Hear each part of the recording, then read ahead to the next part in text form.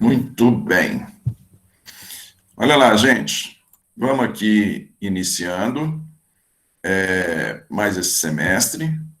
Vou aqui passar para vocês agora, vou exibir para vocês como trabalharemos neste semestre, que matérias iremos ver, como serão distribuídas as aulas, correto?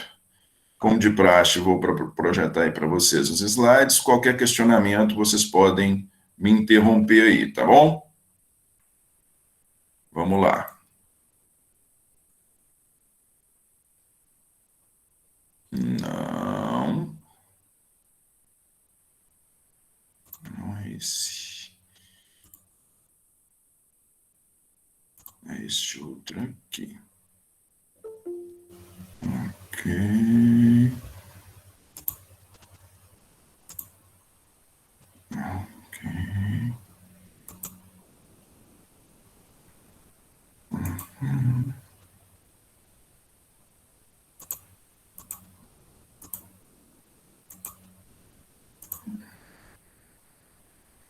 Cadê, gente?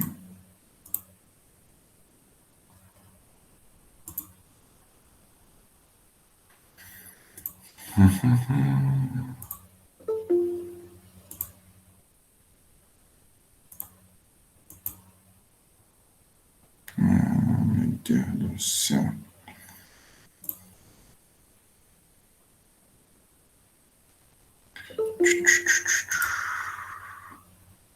Aqui. Agora sim. Agora sim. Visualizam aí a janela, gente? Ótimo. Vamos lá.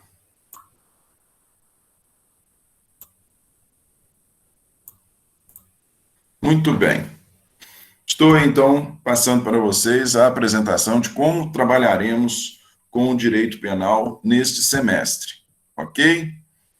Esta é a ementa do nosso semestre, Como eu disse para vocês, essa aqui é a ementa oficial do semestre, porém, nós vamos concluir parte dos institutos que ficaram para trás, que não deu para concluir no semestre anterior. Como disse, vai ser muito bom eu ter essa oportunidade de seguir com vocês, porque vocês não terão aí essa interrupção, não vai ficar um espaço vago, correto? Com que nós trabalharemos, então, neste semestre? Qual vai ser a ementa? Olha lá, nós trabalharemos com direitos humanos e sistema penal, vamos dizer aí de que forma, né, de que forma os direitos humanos se relacionam, se o sistema penal adotado no Brasil atende ou não atende, obedece ou não obedece, o que é estabelecido, né, o que é previsto como direitos humanos, por mais que a gente saiba que os direitos humanos são, assim, previstos de maneira bem vaga, né, nós não temos uma regulamentação sistematizada do que vem a ser, nós não temos uma regulamentação sistematizada destes direitos humanos, porém,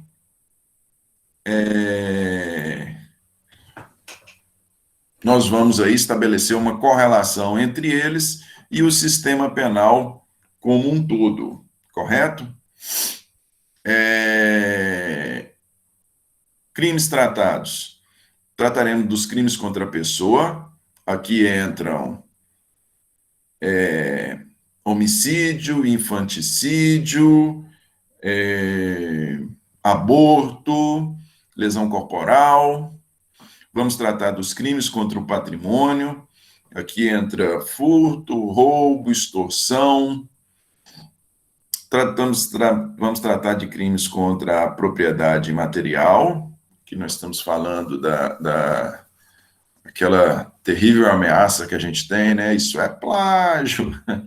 O plágio entra aqui na descrição dessa conduta. Crimes contra a organização do trabalho. Aqui nós vamos ver que estão presentes aqui, um crime muito comum, infelizmente um crime comum aqui no norte de Minas, em razão das condições de trabalho. Nós temos crime de trabalho análogo a escravo. Nós vamos ver estes delitos aqui.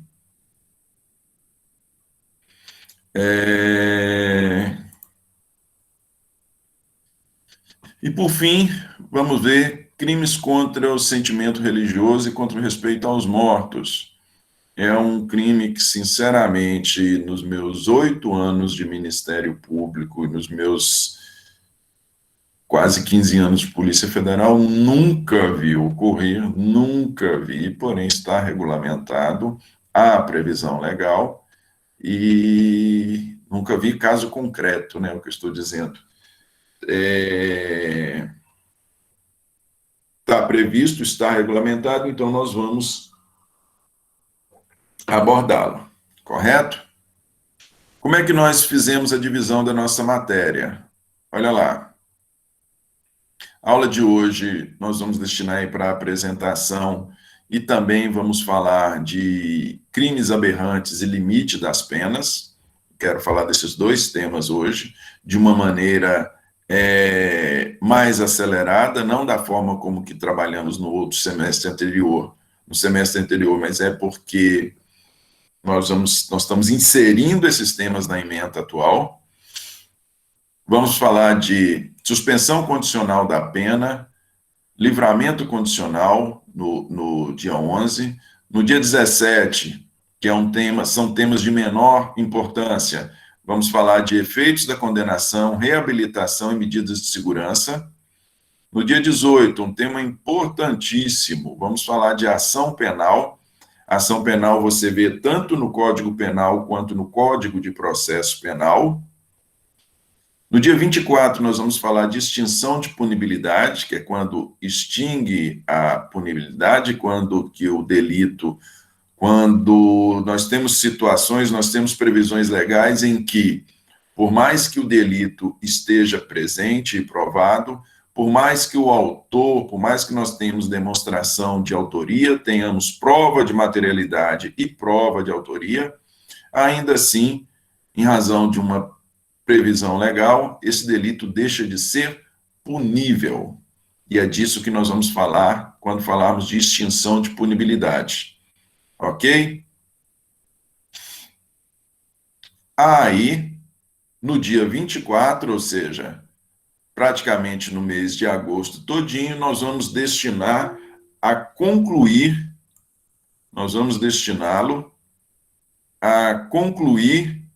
o semestre, vamos destiná-lo a concluir o tema da aula anterior, né? O resto do programa do semestre passado.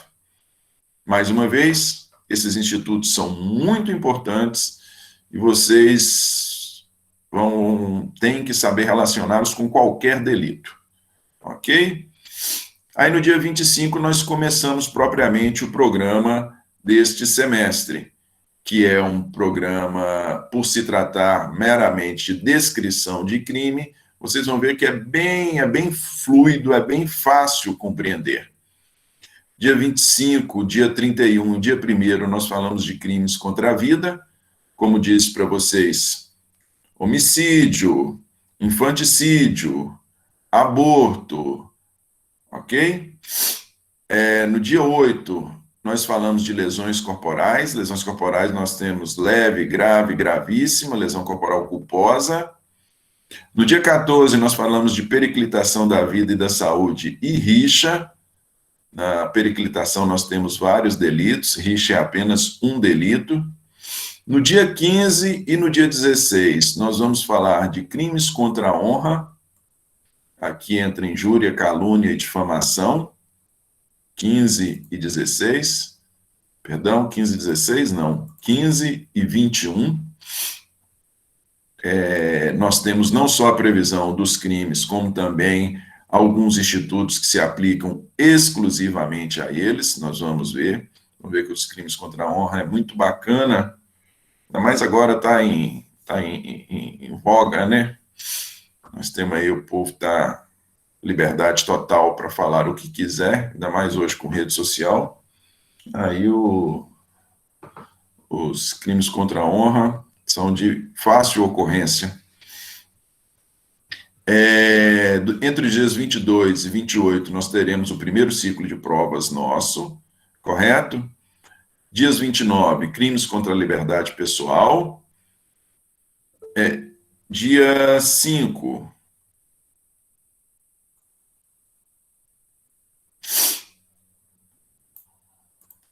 crimes contra a inviolabilidade de domicílio, de correspondência e de segredos.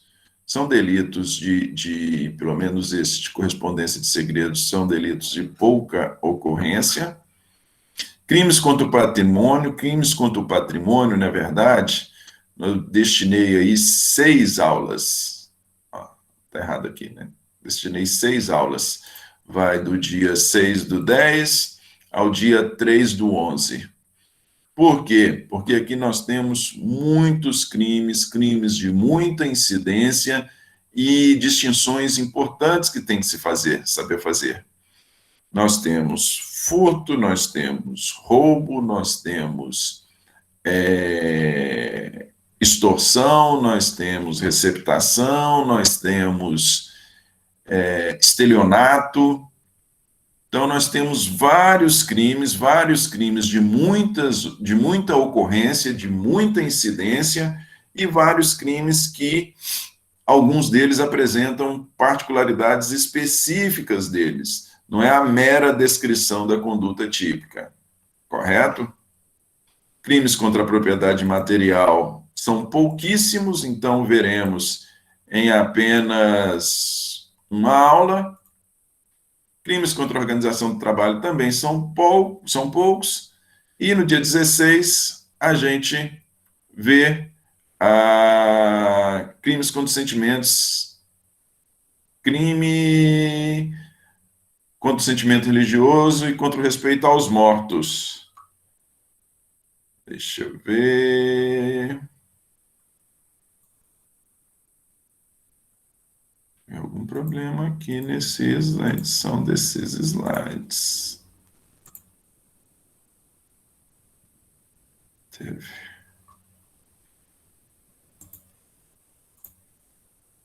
Teve sim.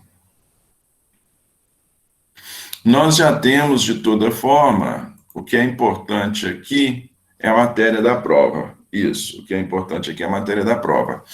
Porque, como vocês já sabem, já foi passado o calendário para vocês. Nesse calendário está indicando aí as datas, né, em que ocorrerão as provas. Está indicando as datas em que ocorrerão as provas. E, dentro das datas estabelecidas, na nossa primeira prova, nós teremos crimes contra a vida, lesões corporais, periclitação da vida e da saúde e crimes contra a honra. Eu optei por estes temas que restaram do semestre passado. Eu não vou aplicar provas deles, não. Eles não vão entrar na matéria da prova, não. Sobre eles, nós vamos fazer trabalhos, ok?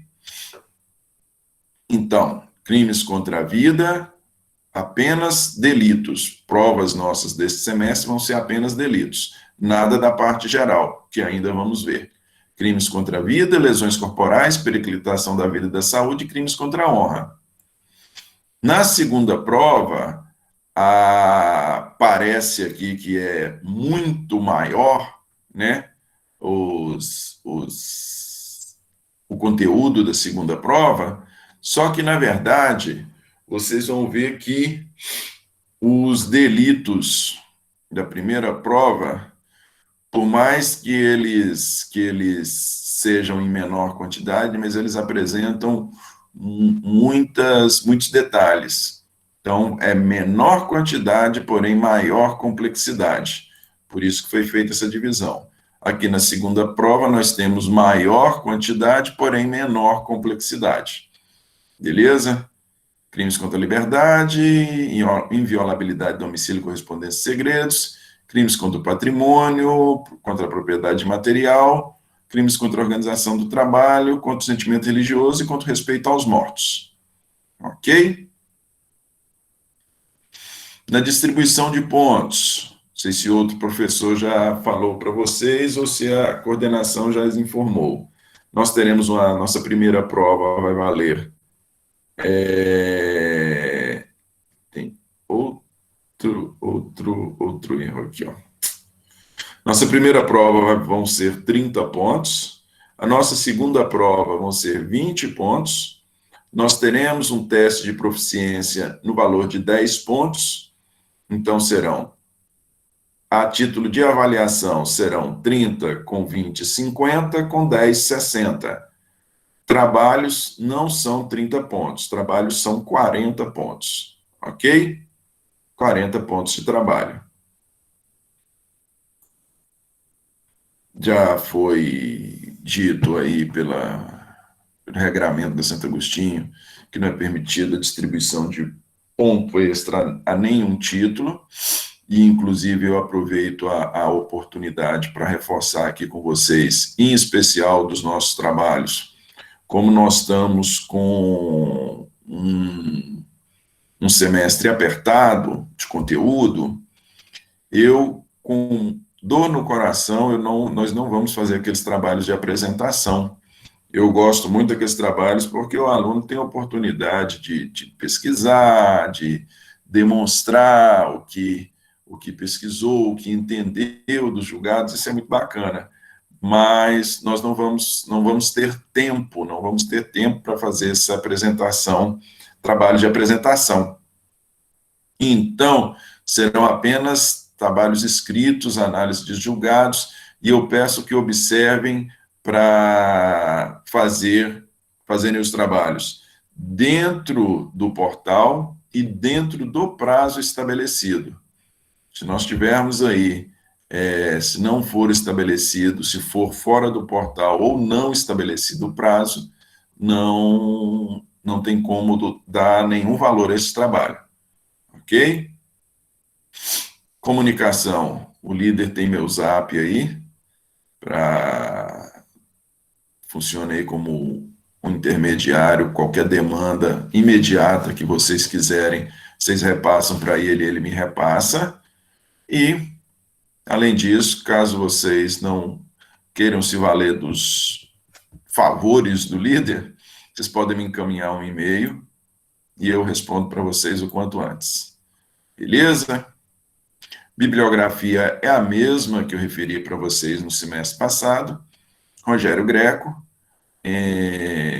Bibliografia principal, Rogério Greco, Bittencourt e Unucci, são as bibliografias principais.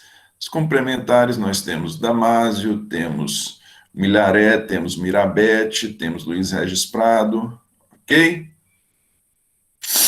Sites para consultas, temos do STF, do STJ, do Conjur, Que Concurso e Passei Direto. Beleza, gente? Tranquilinho, tranquilinho? Alguma dúvida, algum questionamento aí acerca da forma como vamos trabalhar com esse semestre? Bem tranquilinho, né? Muito bem. Estando bom para todos, vamos lá. Vamos iniciar a disciplina? Vamos falar um pouquinho de direito penal?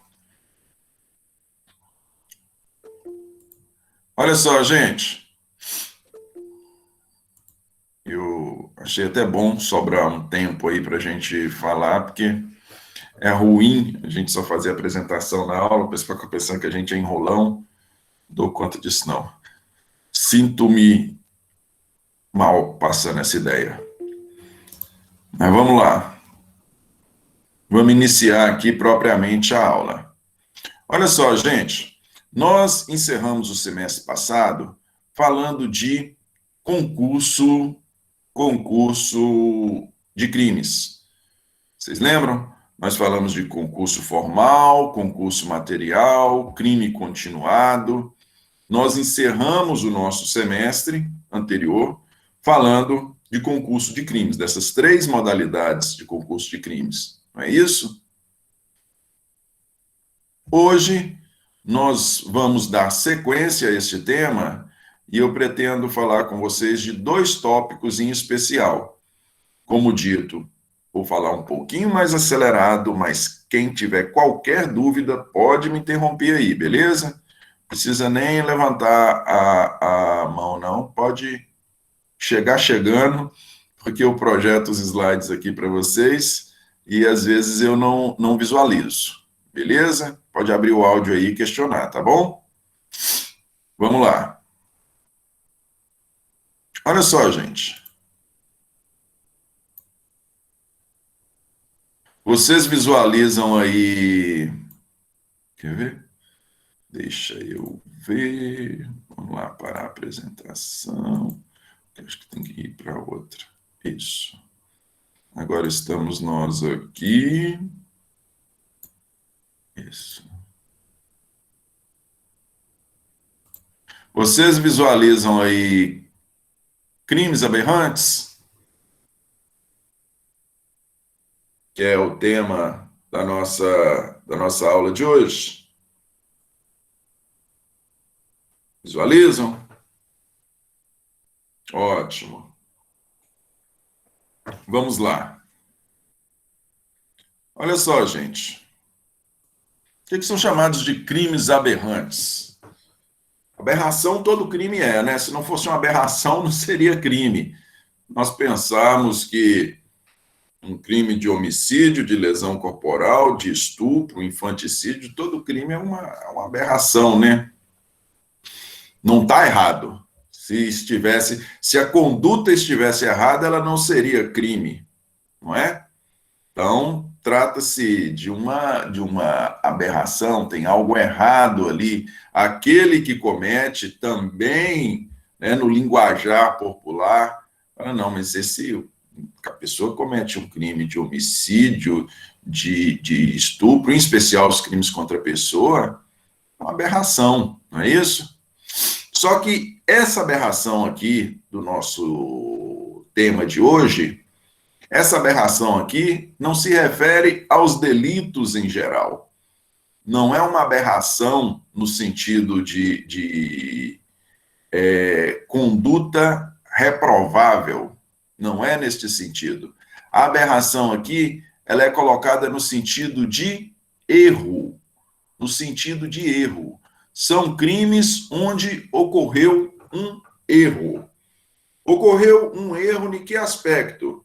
Esse aspecto, o crime aberrante, ele pode ser de 3 naturezas.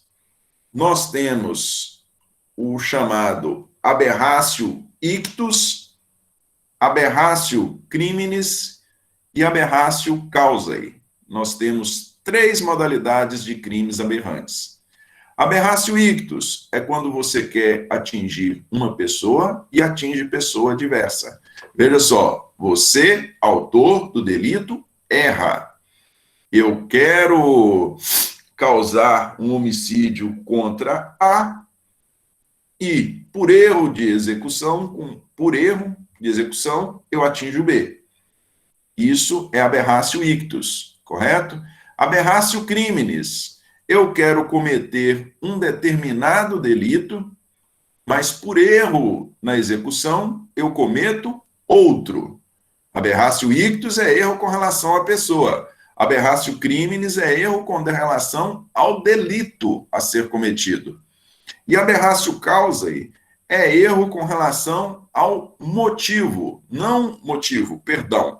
Aberratio causae é erro com relação à causa. A causa que resultou na conduta, a causa que resultou no prejuízo. E logo eu explico para vocês, correto? Então, crimes aberrantes é um crime onde ocorreu um erro na execução. Beleza? Vamos aos artigos. Mais uma vez, gente. Qualquer dúvida, me interrompam. Aberrácio ictus ou erro de execução. Está previsto lá no artigo 73 do Código Penal. Quando? Por acidente ou erro no uso dos meios de execução. O agente, ao invés de atingir a pessoa que pretendia ofender, atinge pessoa diversa, responde como se tivesse praticado o crime contra aquela, atendendo-se ao disposto no parágrafo 3º do artigo 20 deste Código. No caso de também ser atingida a pessoa que o agente pretendia ofender, aplica-se a regra do artigo 70 deste Código. Mais uma vez, artigo 73.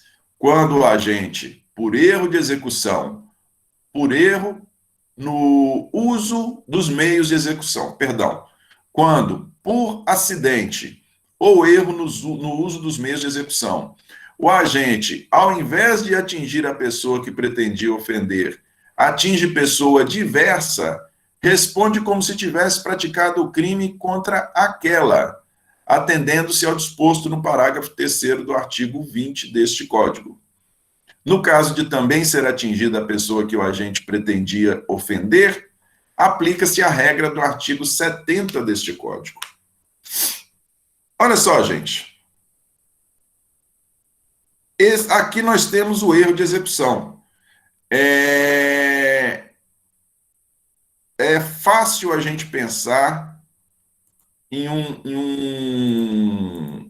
uma espécie, num exemplo de erro de execução. Quando a pessoa, querendo matar alguém, mediante disparo de arma de fogo, ela erra, ela está aqui tentando efetuar um disparo contra Antônio, só que errou o alvo e atingiu José, que estava ao lado de Antônio.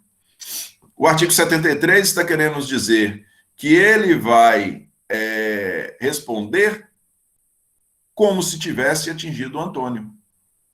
Aí você fala, bom, mas são 2 homicídios, qual a diferença entre esses? Qual a diferença entre eles? Há uma diferença muito grande, porque com relação, nós sabemos que alguns delitos, e nós logo vamos ver, que alguns delitos, eles possuem a previsão legal de que, se você comete o delito por motivo fútil, ele é qualificado. Se você comete o delito contra ascendente, descendente ou irmão, ele pode ter uma causa de aumento de pena, correto? Eu quero atingir Antônio e acabo matando José. Eu quero atingir Antônio porque ele está me devendo R$2. Isso é motivo fútil, né? Ele está me devendo R$2, eu vou matar Antônio porque está me devendo R$2. José, eu nem conheço José. Eu nem conheço José. Eu vou ali, eu estou dando um tiro aqui, eu quero acertar Antônio e errei e atingi José.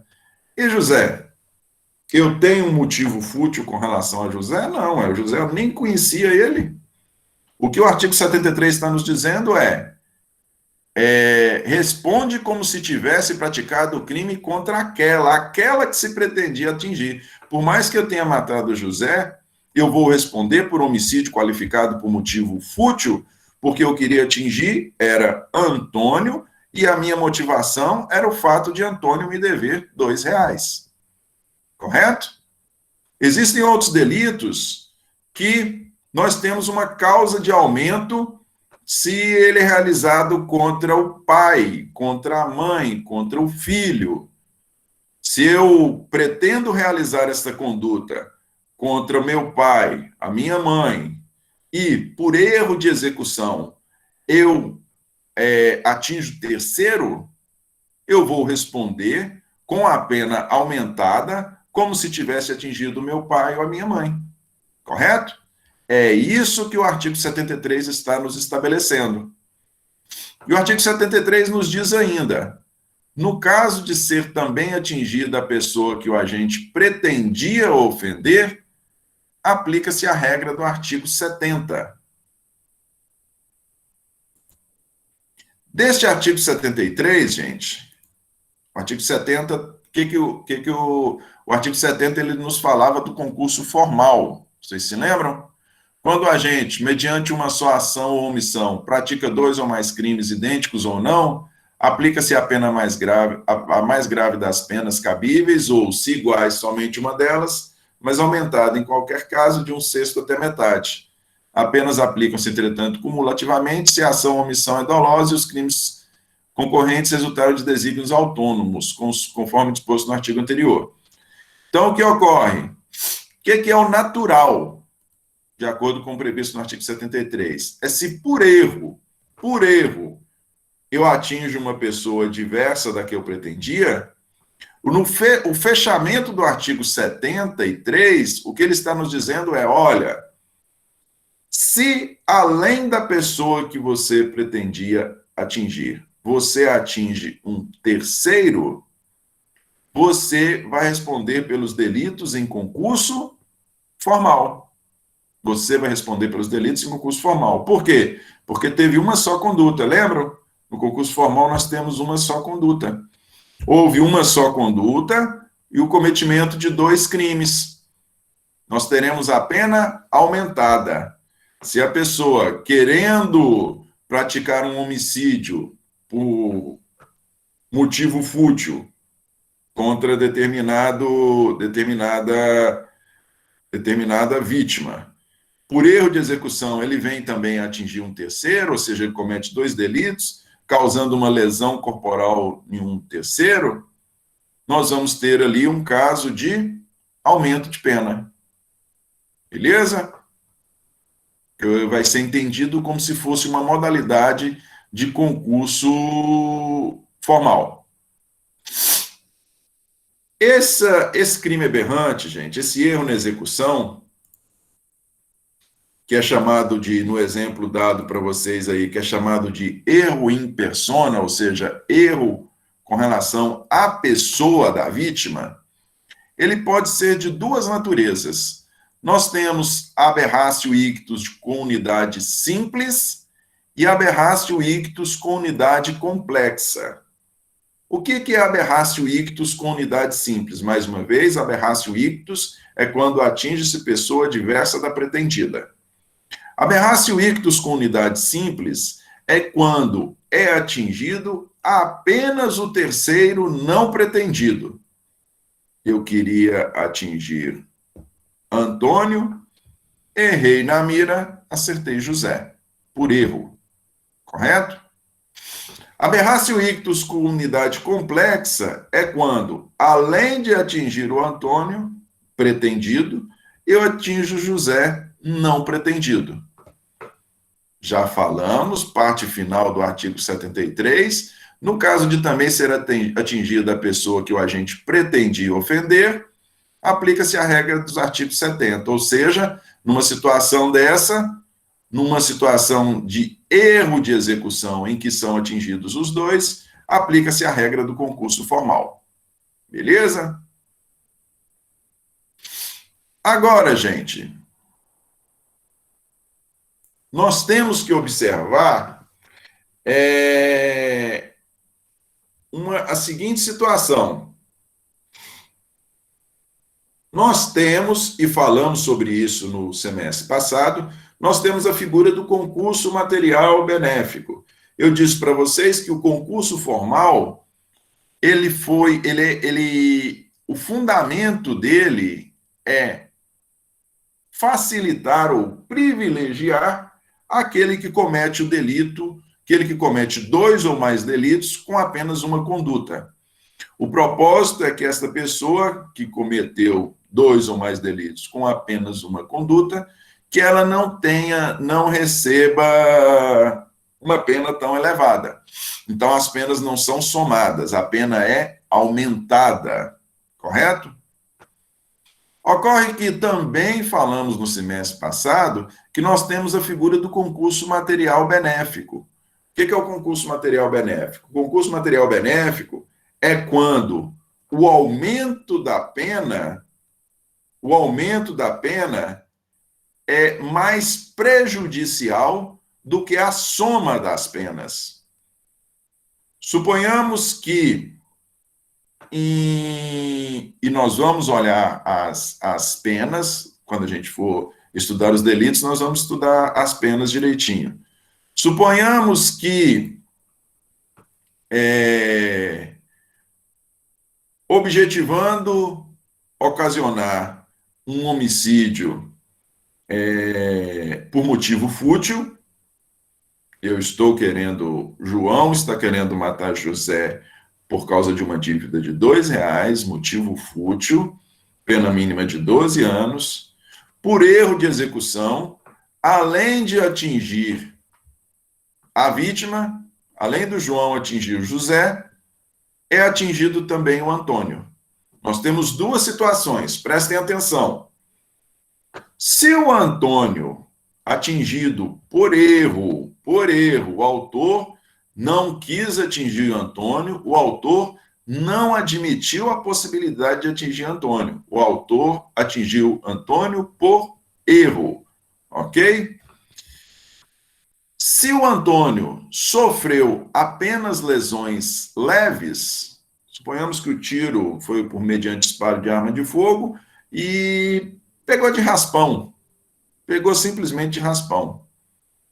Se for lesão corporal leve, nesta circunstância, quando nós formos estudar as penas desses delitos, vocês vão ver que é melhor somar as penas do que ocasionar o seu aumento, do que aumentar a pena do crime mais grave.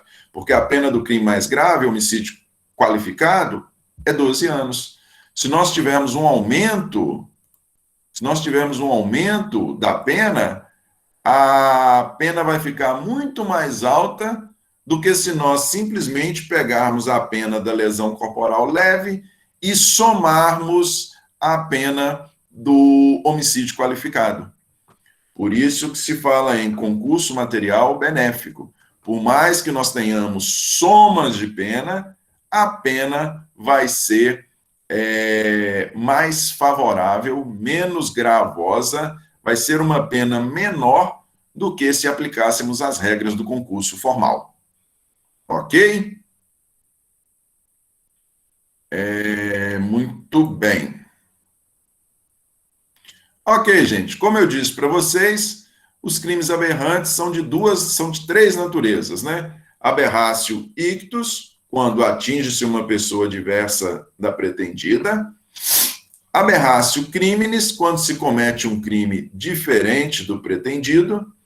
E aberratio causae, quando a causa do resultado do delito é diferente da pretendida.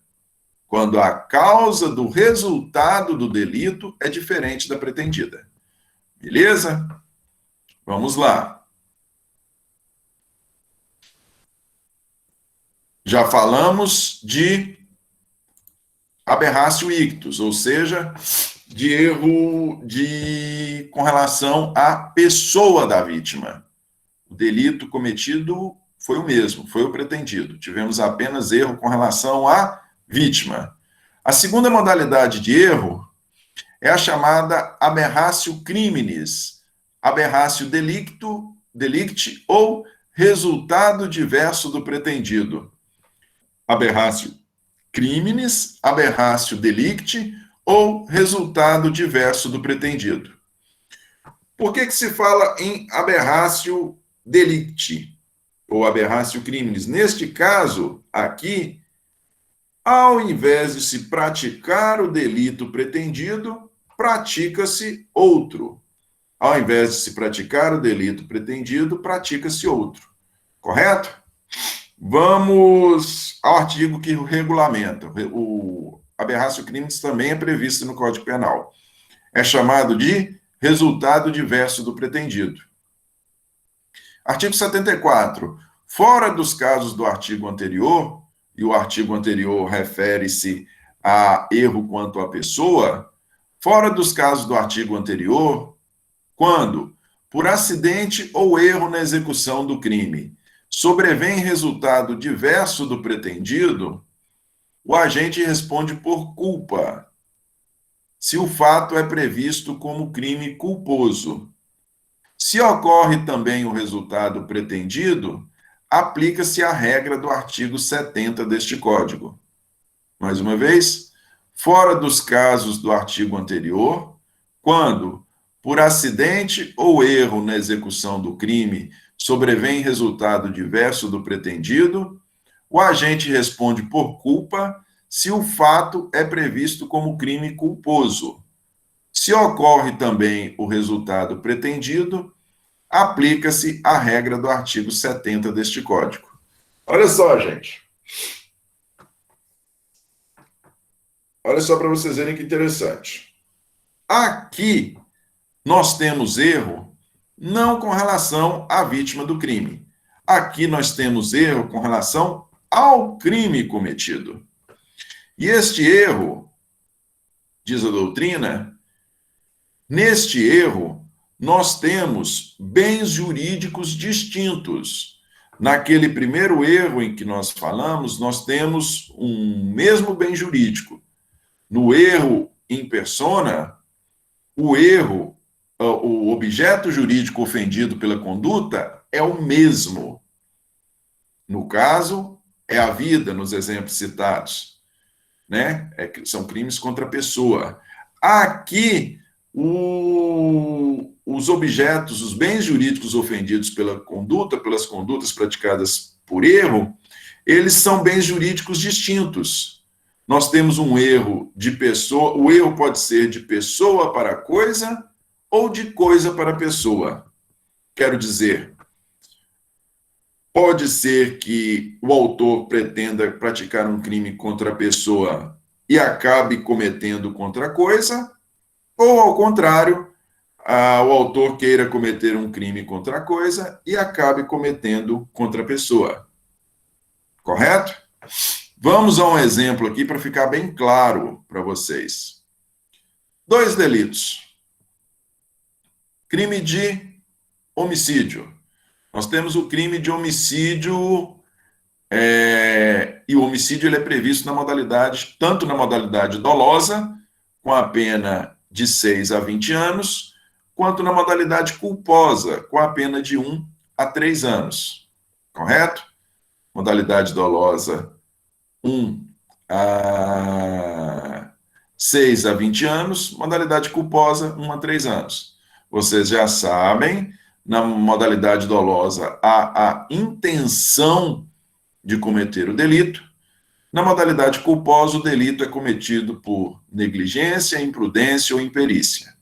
Beleza? Esse é o delito 1. Delito 2, crime de dano.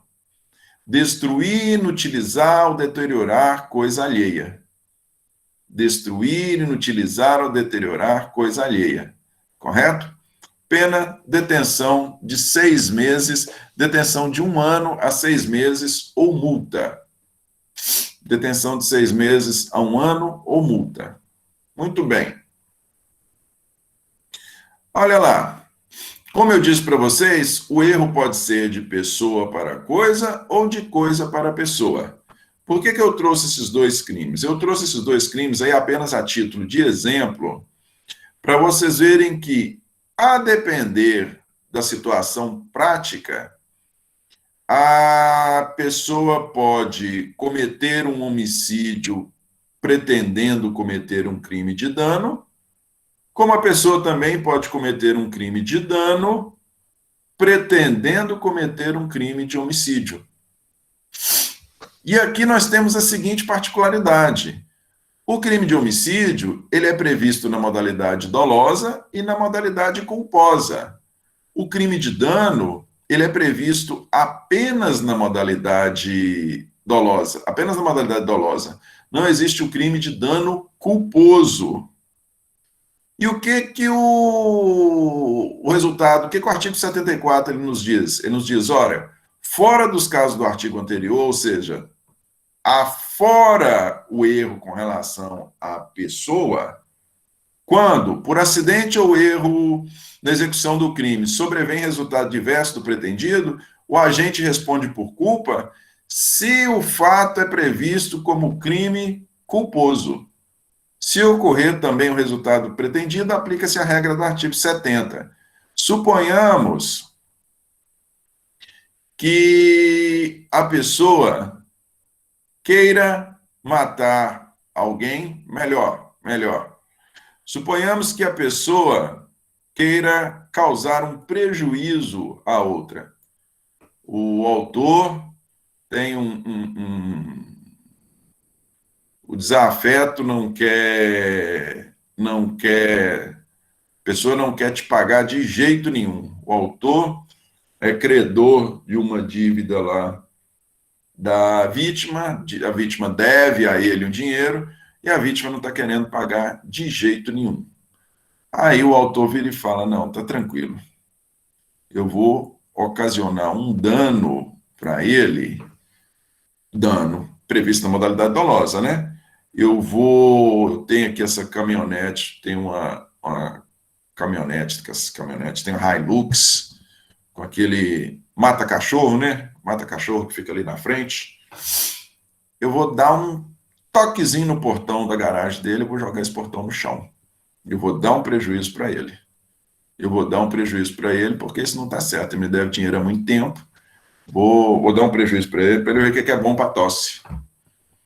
E assim ele vai. Existe o crime de dano na modalidade dolosa? Existe. Causar dano dolosamente ao outro é crime? É crime. Beleza? Agora, suponhamos que, por erro na execução, a pessoa não sabia, não tinha ciência, por mais que ela pudesse supor, né? Ela sabia que ali morava o autor, ele é uma pessoa de dentro da casa do autor, sabia que ali morava o autor, sua esposa, 5 filhos, todos os filhos estudam à tarde e ele decidiu dar uma toquinho no portão de manhã. Então ele sabia que ali tinha muita gente, ele era de dentro da casa, sabia que os meninos costumavam brincar na garagem, e ele vai lá e dá um toque no portão, ele queria só dar uma amassadinha no portão, o portão cai em cima de uma das crianças, da filha do devedor lá, e mata a criança. Ele tinha a intenção de matar? Não. Podemos dizer que ele assumiu o risco de matar? Numa situação dessa, dificilmente passa um dolo eventual. Nós podemos dizer que ele foi imprudente. E sendo ele imprudente, ele responde por homicídio na modalidade culposa. Veja o que nos diz o artigo 74. Fora dos casos previstos no artigo anterior, quando, por acidente ou erro na execução do crime, sobrevém resultado diverso do pretendido, ele queria matar? Não, ele não queria matar. Ele queria ocasionar um prejuízo. O agente responde por culpa se o fato é previsto como crime culposo. Ele ocasionou um homicídio. Existe um homicídio culposo? Existe. Então, ele vai responder por homicídio culposo. Se ocorre também o resultado pretendido, aplica-se a regra do artigo 70. Como no caso, no exemplo dado para vocês, ele ocasionou o dano que ele pretendia e também ocasionou o homicídio com uma só conduta, ou seja, a conduta dele foi bater o carro contra o portão, ele vai responder conduta única, ele vai responder pelos 2 delitos na modalidade, na forma de concurso formal, na maneira através de concurso formal. Ok?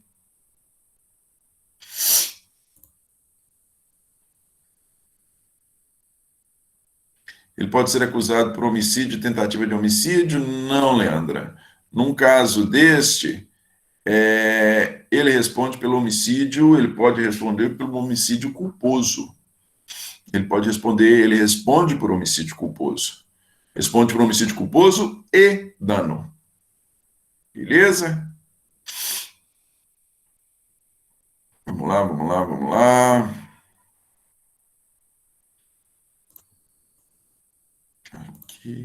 Aqui.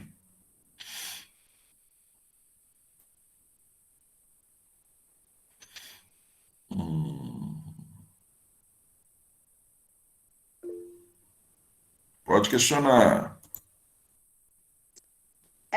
que a pergunta que eu havia feito era referente àquela primeira história lá que tinha matado um, quer dizer, queria matar um e acaba matando o outro. Aí Hum. supondo que Antônio foi lá, queria matar José e matou João. Por ele não ter matado o João, ele pode ser acusado de homicídio, né? Já que ele matou o José. E por homicídio, por ter matado o João? Ele pode responder por homicídio e tentativa? Isso, porque ele queria matar um, mas acabou Não, matando o outro. não. Ele responde simplesmente por homicídio. Ele responde simplesmente pelo homicídio, não responde pela tentativa, não. Ele responde pelo homicídio como se tivesse matado aquele que pretendia matar. Ele responde por um só delito. Se, além do resultado pretendido, ele ocasiona outro crime, aí sim nós temos a aplicação do concurso formal. Igual, por exemplo, aí suponhamos que ele seja vou falar que ele é ruim de mira, não, vou falar que ele é um cara muito bom de mira, e ele foi dar um tiro assim, só que a vítima dele era um cowboy. Ele foi tão bacana na mira ali que ele era um vaqueiro e o tiro foi. Arrancou o chapéu da vítima dele, mas não atingiu a vítima dele. No fundo tinha outro cavaleiro que o disparo pegou no peito do outro cavaleiro que estava ao fundo. Esse outro cavaleiro veio a morrer.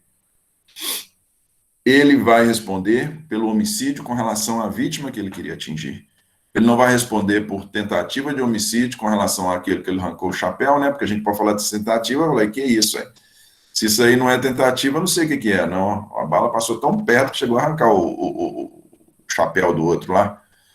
Não, ele vai responder só por homicídio, com relação àquele que matou, como se tivesse matado aquele que pretendia matar, levando então em consideração todas as circunstâncias de motivo, de eventuais agravantes, correto? Responde por um só delito. Vamos lá.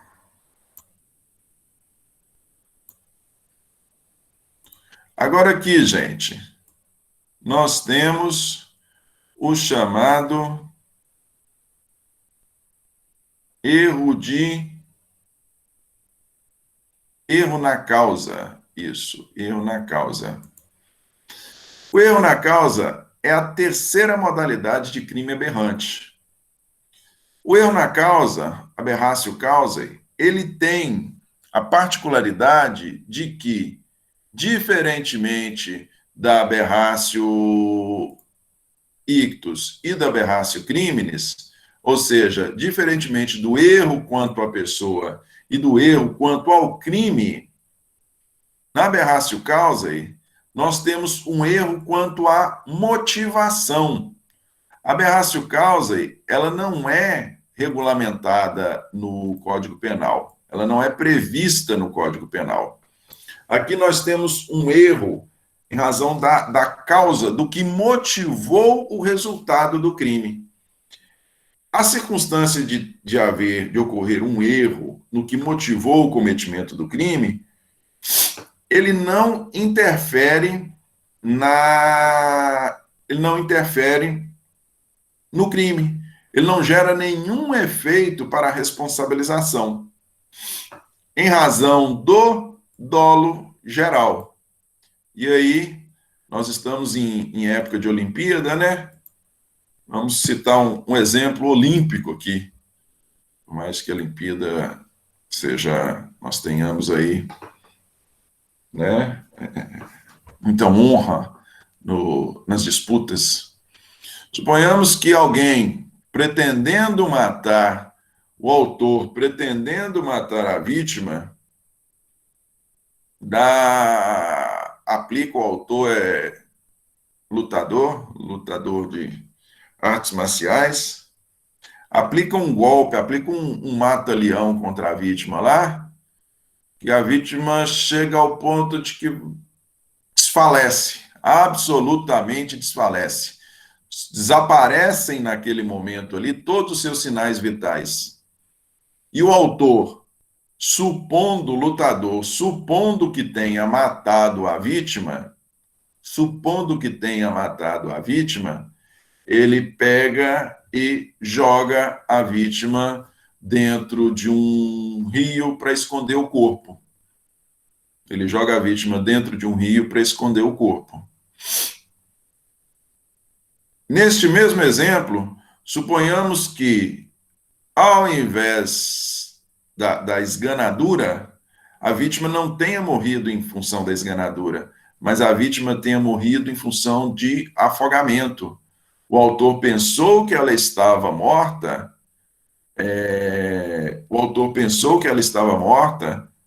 em razão dos golpes aplicados, porém ela veio a falecer por outro motivo. Neste caso, ele responde pelo crime da mesmíssima maneira. Por quê? Porque considera-se o dolo geral. Ou seja, ele tinha por propósito matar a vítima, então não houve erro com relação ao crime, ele tinha por propósito cometer um crime de homicídio. Ele cometeu um crime de homicídio. Ele tinha por propósito cometer um crime contra aquela vítima, e ele cometeu um crime contra aquela vítima. Houve um erro apenas na motivação do resultado.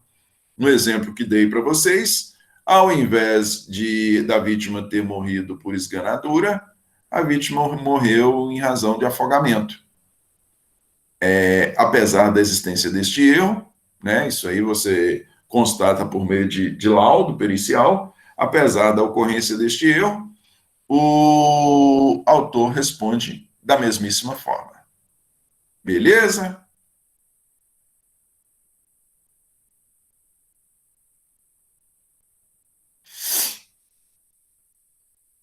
Quando é o contrário, já está morta? Como assim, Maria Clara? Eu quero o autor querendo matar a vítima, supõe que a vítima esteja dormindo, mas na verdade ela está morta, seria isso? Ele supõe que ela esteja simplesmente... Tá, teve uma briga, e aí?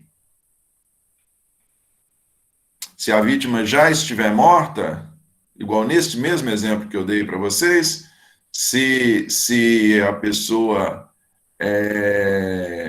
conseguiu ocasionar a morte por estrangulamento e jogou o corpo num rio, neste caso ele cometeu 2 delitos. Para outra pessoa continuar aplicando os golpes, aí depende. Vocês lembram quando a gente estudou lá, nós começamos o semestre anterior estudando concurso de crimes? Aí nós vamos aplicar a regra concurso de pessoas, nós vamos aplicar as regras de concurso de pessoas. Todos 2 vão responder, se nós estivermos aí diante desse dolo geral. Beleza? Ok.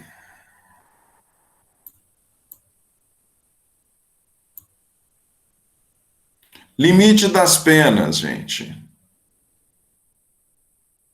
Nós vamos falar de limite das penas aqui, porque é rapidinho, eu gostaria de fechar isso hoje, porque na próxima aula nós temos um tema fechadinho, beleza?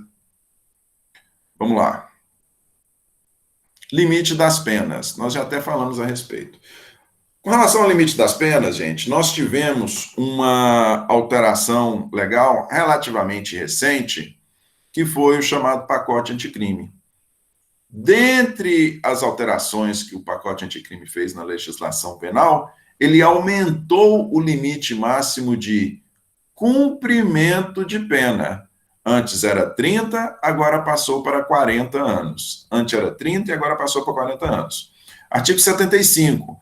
O tempo de cumprimento das penas privativas de liberdade não pode ser superior a 40 anos. Parágrafo 1º. Quando o agente for condenado a penas privativas de liberdade cuja soma seja superior a 40 anos, devem elas ser unificadas para atender o limite máximo deste artigo. Olha só, gente, a pessoa não pode cumprir mais de 40 anos. a pessoa pode ser condenada a mais de 40 anos.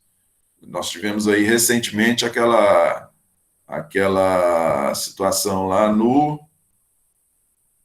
Esqueci o nome do morro, gente, lá no Rio de Janeiro, 25 pessoas. Ajuda nós aí. Vocês se recordam? Os 25 pessoas que foram mortos lá na ação policial? Jacarezinho, muito bem. Estava com medo de errar o bicho. Estava com medo de errar o bicho. Morro do Jacarezinho. Olha lá. Suponhamos que fosse ali atribuído a apenas 5 policiais, ou o que seja, vamos falar, para ficar fácil o exemplo.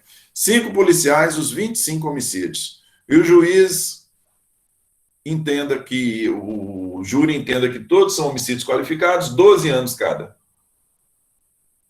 Entenda que é concurso material, nós vamos ter 12 vezes 10, 120, vezes 20, 240, vezes 5, 300. Nós vamos ter 300 anos de pena.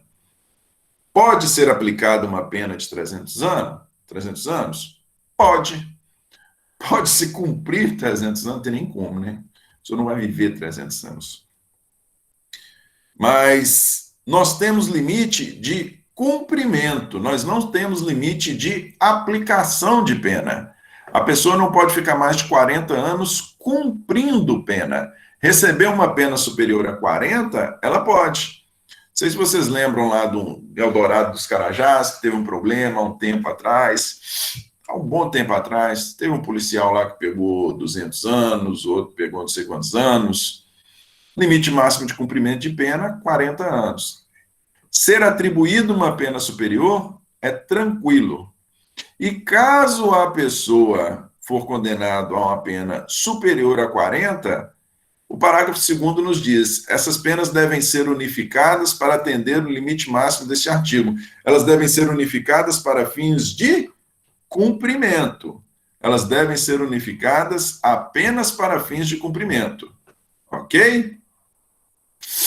Nós sabemos, temos lá no Código Penal, a previsão, no Código Penal não, perdão, nós temos lá na Constituição Federal, dentre os direitos e garantias fundamentais, nós temos a previsão no inciso 47 de que não haverá penas, a linha B, de caráter perpétuo.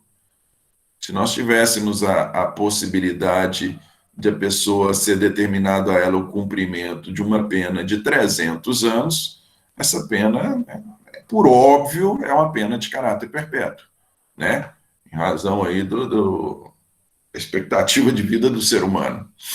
Hoje, a limitação, até antes do pacote anticrime, a limitação era 30 anos. Hoje, a limitação passou para 40.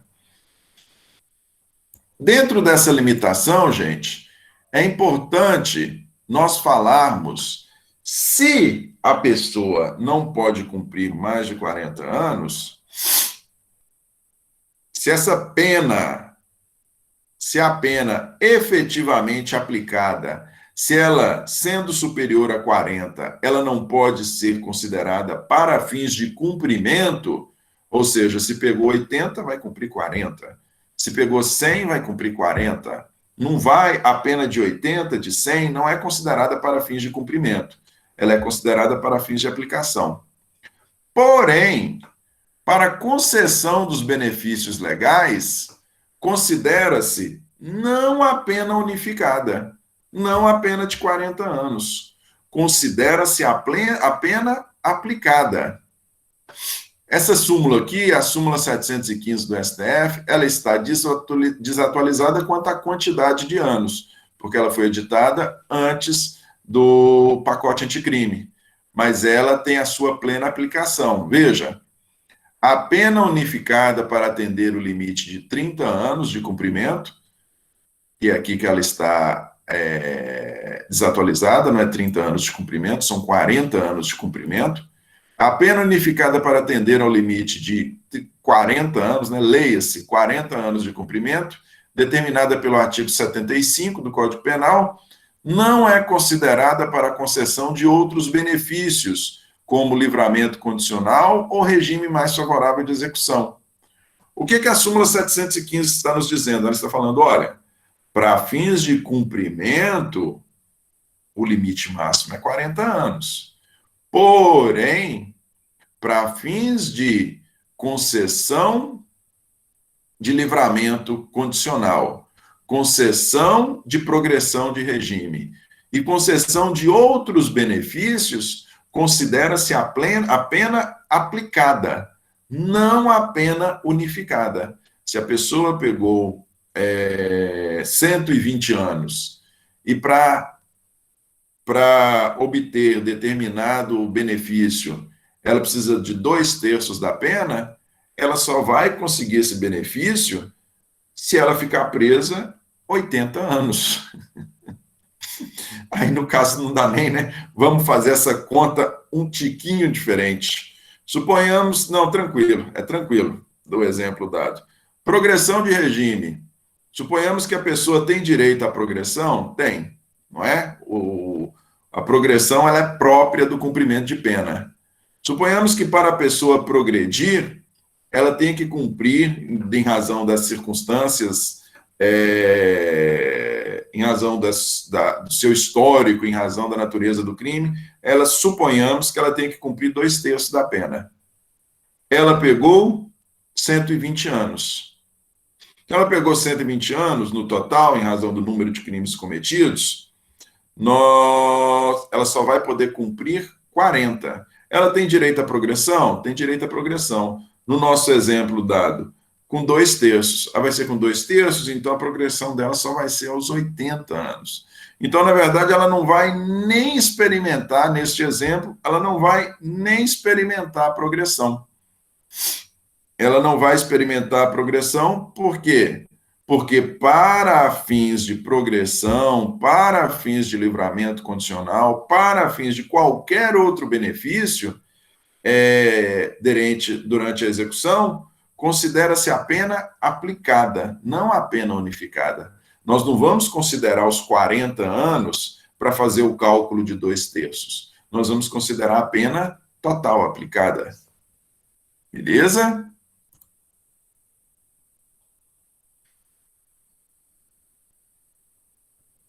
Paraná, Paraná, Paraná, Vitor. Vamos lá, vamos começar para o Leandro aqui. Se a pessoa é condenada a 100 anos, aí cumpre 40, o que acontece com os outros 60? Ela vai... Se a pessoa sobreviver 40 anos... Brincadeira, Leandra. Os outros 60, ela vai viver feliz, alegre e contente fora da cadeia. Se a pessoa cometer uma determinada situação, vamos lá, por isso que eu falo que o nosso direito penal, nós já estudamos alguns institutos de progressão e agora nós vamos estudar outros. Já estou fechando, viu, gente? Já 10h40. Agora nós vamos estudar outros.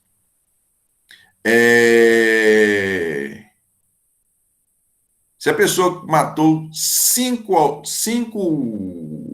o autor matou 5 vítimas, 5 homicídios qualificados, 12 anos para cada, em concurso material. 5 vezes 12, no exemplo dado aí pela Leandra, 5 vezes 12, você mais... A pessoa é menos ruim, Leandra. 5 vezes 12, 60. Suponhamos que a pessoa não preencha nenhum dos requisitos para benefício, nem para livramento, nem para progressão de regime, a pessoa tem uma péssima conduta carcerária, ela pegou 60 anos, ela vai ficar presa 40. E os outros 20? Os outros 20, ela vai estar livre. Nos outros 20, ela vai estar livre. Ela matou 5 pessoas em concurso material, pegou 60 anos, mas só vai precisar cumprir 40. Por quê? Porque a pena tem que ser unificada em 40 anos. O cumprimento não pode passar de 40 anos. Aí o Danilo colocou uma situação aqui, neste caso, progressão também baseada na pena total, não no limite 40. É exatamente isso, Danilo. Considera-se para fins de progressão, para fim de livramento, para fim de qualquer benefício, a pena aplicada, não os 40 anos. E se o indivíduo cometer durante o cumprimento de uma pena de 40 anos, não há exceções? Exceções quanto a...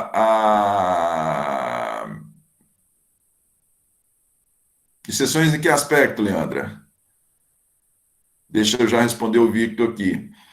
Se cometeu um homicídio durante o cumprimento de uma pena de 40 anos de condenação anterior, nesse caso fica mais de 40 anos após o julgamento? Exatamente, Vitor. A resposta, olha aqui, Leandra, talvez te responda também. Talvez te responda também. Vamos lá. Parágrafo 2º.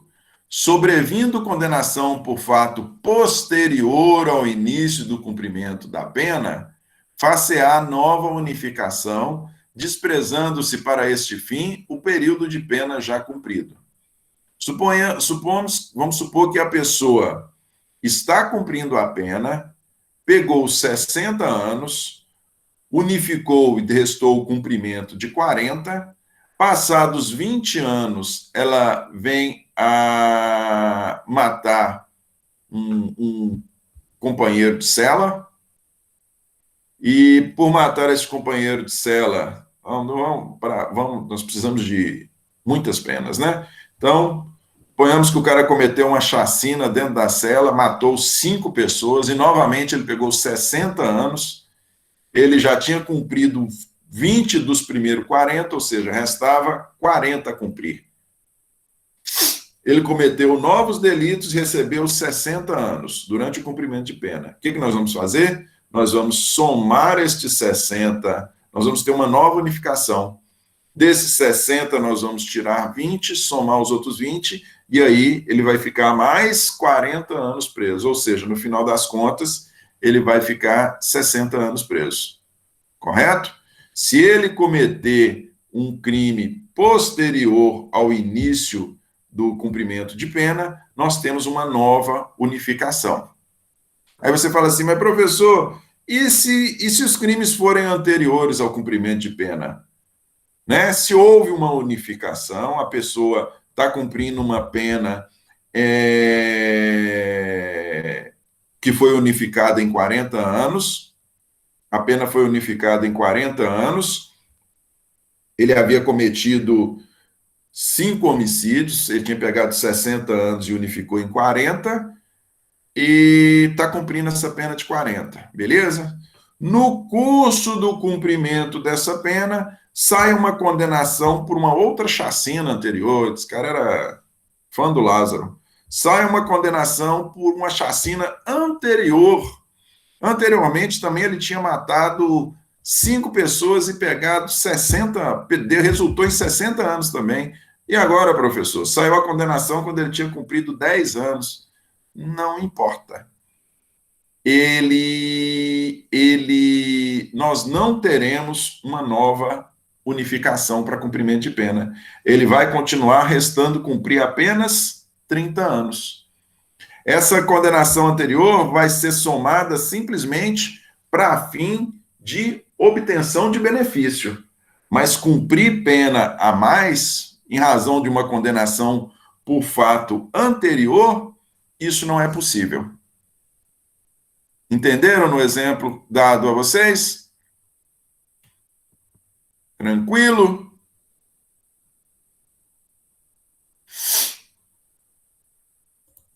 Por fim, só para fecharmos, e não está aqui, mas deveria estar. Não está aqui? Não, está sim. Artigo 76.